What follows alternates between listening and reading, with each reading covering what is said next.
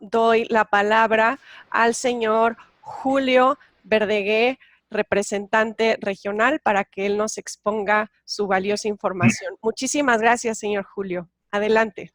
Muchas gracias. Lo que yo quisiera enfatizar en mi presentación como justificación de las propuestas que voy a poner en la mesa es el hecho de que estamos proyectando un muy fuerte incremento en los números de personas en condición de hambre y de inseguridad alimentaria severa en América Latina y el Caribe.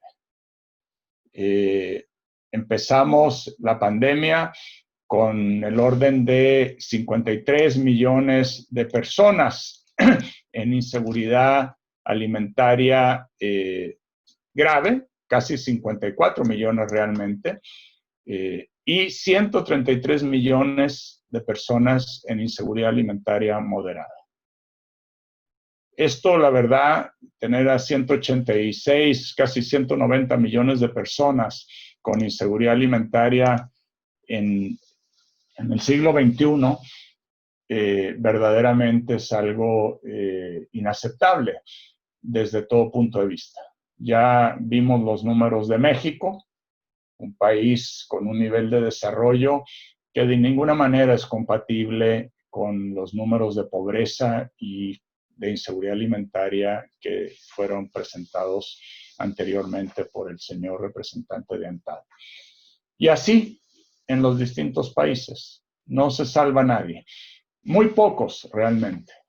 Son 3 o 4 países que han hecho un trabajo significativo de reducir el hambre a su mínima expresión, al punto de llegar casi a su erradicación. Pero la inmensa mayoría seguimos en el camino. Y la pandemia va a agravar significativamente esta situación. Nosotros nos estamos basando en las proyecciones de incremento de la pobreza extrema que ha entregado la CEPAL. Ellos proyectan un aumento a un total de 83 millones de personas en condición de pobreza extrema, pero esa proyección se basa en su estimación, que ya está un poquito desactualizada, de que la economía iba a caer en la región solo en 5.2%. Y ya tenemos, por ejemplo, el Banco Mundial haciendo una proyección de que realmente la caída va a ser de 7.3%, y por lo tanto el número de 16 millones de personas adicionales en extrema pobreza, 83 millones en total, pues se está quedando corto, y lo más probable es que muy pronto vamos a tener una actualización de estas cifras para peor. Entonces enfrentamos una situación en la que perfectamente podríamos estar acercándonos a 100 millones de personas en condiciones de inseguridad alimentaria grave o niveles avanzados de inseguridad alimentaria o francamente de hambre. Y esa es una situación extraordinaria. Es una situación extraordinaria. Entonces yo creo que todos los organizaciones, las empresas, los gobiernos, tenemos que hacer algo más, algo adicional. No solo seguir haciendo bien lo que ya estábamos haciendo, sino hacer algo adicional, porque enfrentamos una crisis, un golpe, como no hemos visto por lo menos en una generación, si no es que más. Estamos a la puerta de perder en muy pocos meses, semanas o meses, todo lo que hemos ganado en América Latina y el Caribe en reducción de hambre en los últimos 20 años. Se nos va a ir por la coladera ese avance en cosa de semanas, de meses. Y la pregunta que todos nos tenemos que hacer es, ¿qué podemos hacer nosotros? ¿Qué podemos hacer nosotros? El día de ayer, la FAO, en conjunto con la CELAC, hemos planteado un decálogo de medidas prioritarias para tratar de impedir que la crisis sanitaria se nos convierta en una crisis alimentaria. Hay que romper esta posibilidad de que la crisis sanitaria se nos convierta en una crisis alimentaria. Porque este aumento en el hambre no es inevitable, no es ya el destino que está totalmente jugado. Lo podemos prevenir o por lo menos lo podemos mitigar para que no sean tantos millones de personas las que sufran esta situación. Entonces nosotros hemos señalado 10 medidas bajo 3 grandes capítulos y ustedes, los supermercados, tienen una función en cada uno de estos 3 grandes capítulos. En primer lugar, hemos dicho que es indispensable que los países garanticen el abasto a precios razonables de los alimentos. Y ustedes son vitales. Ustedes no solo distribuyen, ustedes importan. Las grandes cadenas incluso exportan desde nuestra región a través de ellas. Entonces son piezas claves en que el sistema de comercio global y regional siga funcionando adecuadamente. Es indispensable también, como ya se ha dicho, ¿no es cierto?, que en las tiendas se garanticen las medidas sanitarias y preventivas para que no empecemos a tener focos de contaminación en ellas. Esto es extraordinariamente importante. En segundo lugar, nos preocupan las empresas que hacen esta cadena del sistema alimentario. Fíjense ustedes que las cadenas de supermercados y otros sistemas de distribución minorista de alimentos, todos los días ponen comida en 162 millones de mesas en América Latina y el Caribe. Es una tarea increíble. Es una tarea increíble. Diario, 162 millones de hogares tienen alimentos. Y ustedes juegan un papel muy importante, al igual que otros actores de los sistemas alimentarios. Tenemos que mantener vivas todas estas empresas, porque ustedes conocen muy bien que estas cadenas tienen vulnerabilidades y se nos pueden romper, que no está garantizado que este sistema que asegura que la comida llegue todos los días a todas las mesas, no está blindado, no está perfectamente blindado frente a los golpes de la pandemia. Entonces, mantener a las empresas vivas nos parece una tarea esencial. Tenemos para las pequeñas empresas, micro y pequeñas empresas del sistema alimentario, hay que darles liquidez. Los gobiernos tienen que ayudar a reprogramar deudas, postergar los pagos de licencias comerciales, de impuestos, etcétera. Todo eso es muy importante. Pero ustedes tienen una tarea central y aquí hago mi primera propuesta. Pagar más rápido. Pagar más pronto a las micro y pequeñas empresas, porque hay que inyectarles liquidez en un momento en que están todas muy afectadas económicamente. Y ustedes las pueden ayudar, particularmente las grandes empresas que son miembros de asociación. Esa es una medida muy concreta con la cual ustedes pueden colaborar a que el sistema alimentario se mantenga vigente. Desde luego lo que ya se ha dicho, protocolos de sanidad y salud, etcétera, etcétera, es muy importante. Pero aquí yo hago ese primer llamado, ¿no es cierto? ¿Cómo pueden ustedes contribuir a que todo este mecanismo, todas estas cadenas sigan funcionando? Bueno, ahí hay una propuesta que nosotros hacemos. Y el tercer gran capítulo, que es donde se juega si la gente va a pasar hambre o no va a pasar hambre, es cómo aseguramos que los hogares en condición de pobreza extrema y de inseguridad alimentaria severa, que ya les digo que pueden llegar a 83 o más millones de habitantes en la región, puedan acceder a una alimentación suficiente y nutritiva.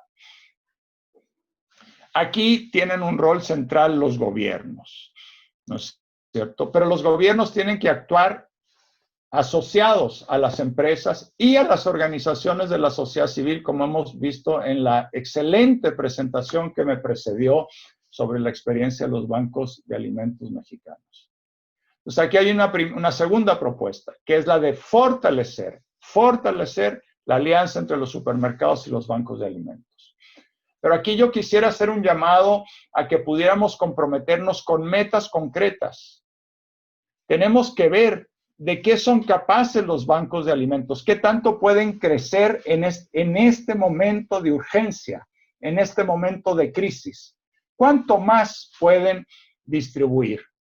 Y los supermercados, yo propondría, tienen que hacer el esfuerzo de ayudar a que ese tanto más ustedes ayuden a que se haga realidad. Porque, insisto, aquí hay decenas de millones de personas que van a vivir en una condición de hambre muy complicada.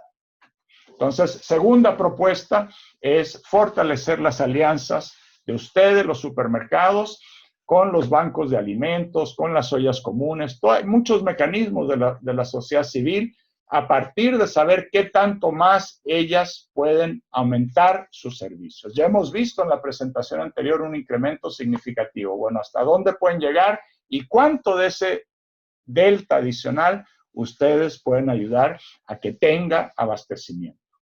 Importantísimo. Pero quiero hacer una tercera propuesta. Tal vez puede ser la más compleja, yo entiendo. Pero insisto, estamos en un momento de crisis. Estamos en un momento de crisis y es indispensable que todos hagamos un esfuerzo especial. Estos no son tiempos normales. Es la crisis más grave que afrentan nuestros países, pues desde la guerra mundial, tal vez, no sé desde cuándo, pero décadas. Y entonces se requieren esfuerzos especiales y compromisos especiales.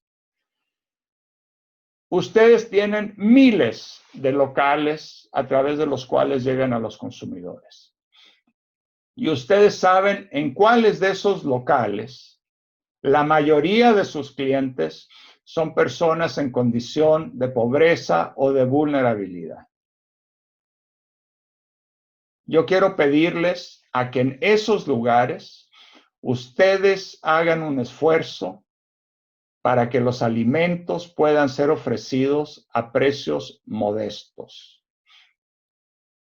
Porque las personas no tienen dinero para comprar comida.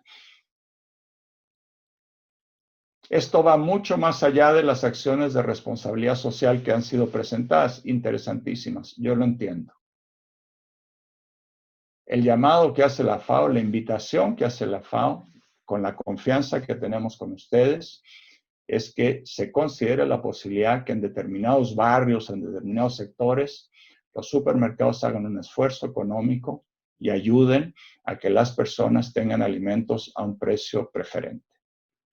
Quiero poner el énfasis en que sobre todo, nos interesa que esto se haga con alimentos que ayudan a una nutrición más saludable, a una mejor nutrición.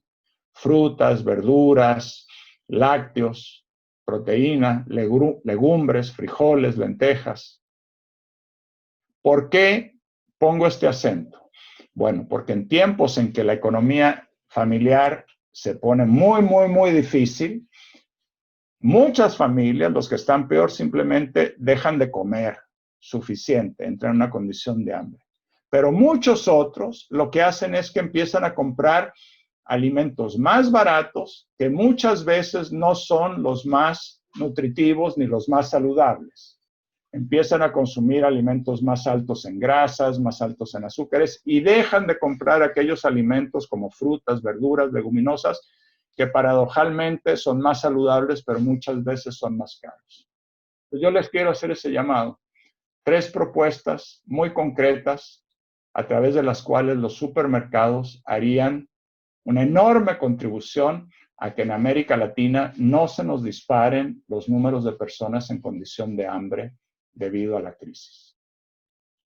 Creo que es un momento en que las empresas van a vivir una definición de su relación con la sociedad. Aquí se va a ver cuáles son las empresas que están al lado de sus sociedades en un momento que es de verdadera crisis global en cada uno de nuestros países.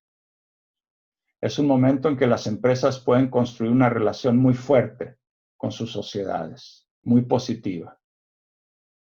En estos momentos de crisis es donde se ve quién es quién. ¿Quién es quién? Y yo hago un llamado a que en este momento los supermercados hagan un esfuerzo especial, hagan un esfuerzo central, decisivo, en el esfuerzo de ayudar a inyectar liquidez a sus proveedores, sobre todo las micro y pequeñas empresas. Segundo, ayudar a que los bancos de alimentos y otras organizaciones de la sociedad civil puedan distribuir más comida. Y tercero, ayudar que en aquellos barrios donde la mayoría o la totalidad de la población es pobre o vulnerable, los precios ustedes los puedan ofrecer un poquito más baratos para ayudar a la economía de esas familias. Muchas gracias.